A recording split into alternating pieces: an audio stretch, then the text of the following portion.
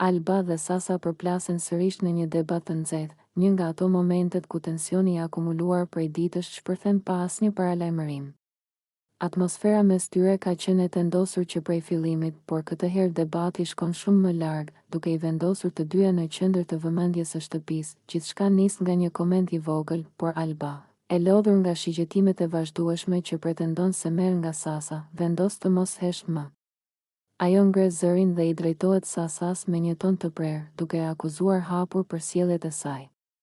Në kulmin e debatit, Alba i thot Sasas se ajo po sillet si një vajzë debile dhe ignorante, duke e theksuar se Sasa shpesh reagon pa menduar dhe se sjelljet e saj, sipas Albës, e nxjerrin veten keq përpara të gjithëve. Sasa, e befasuar nga ashpërsia e Albës, përpiqet të përgjigjet, por Alba nuk e lë të marrë fjalën.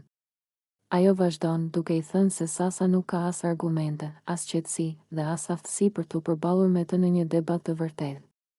Sipas Albës, diferenca mes tyre është e qartë. Ti nuk mund të përballesh me mua, sepse unë jam e zgjuar, i thot ajo me vetbesim të plot, duke e bërë të qartë se e sheh veten shumë mbi nivelin e Sasas. Banorët e tjerë shikojnë të habitur, disa të shtangur nga fjalët e forta të Albës, e të tjerë duke u përpjekur të ndërhyjnë që situata të mos dalë jashtë kontrollit.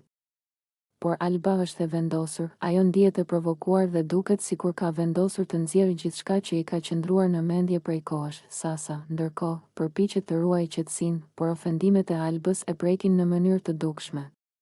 Ajo tenton të mbrojë veten, por e ka të vështirë të flasë kur Alba e ndërpret vazhdimisht, duke e dominuar debatin.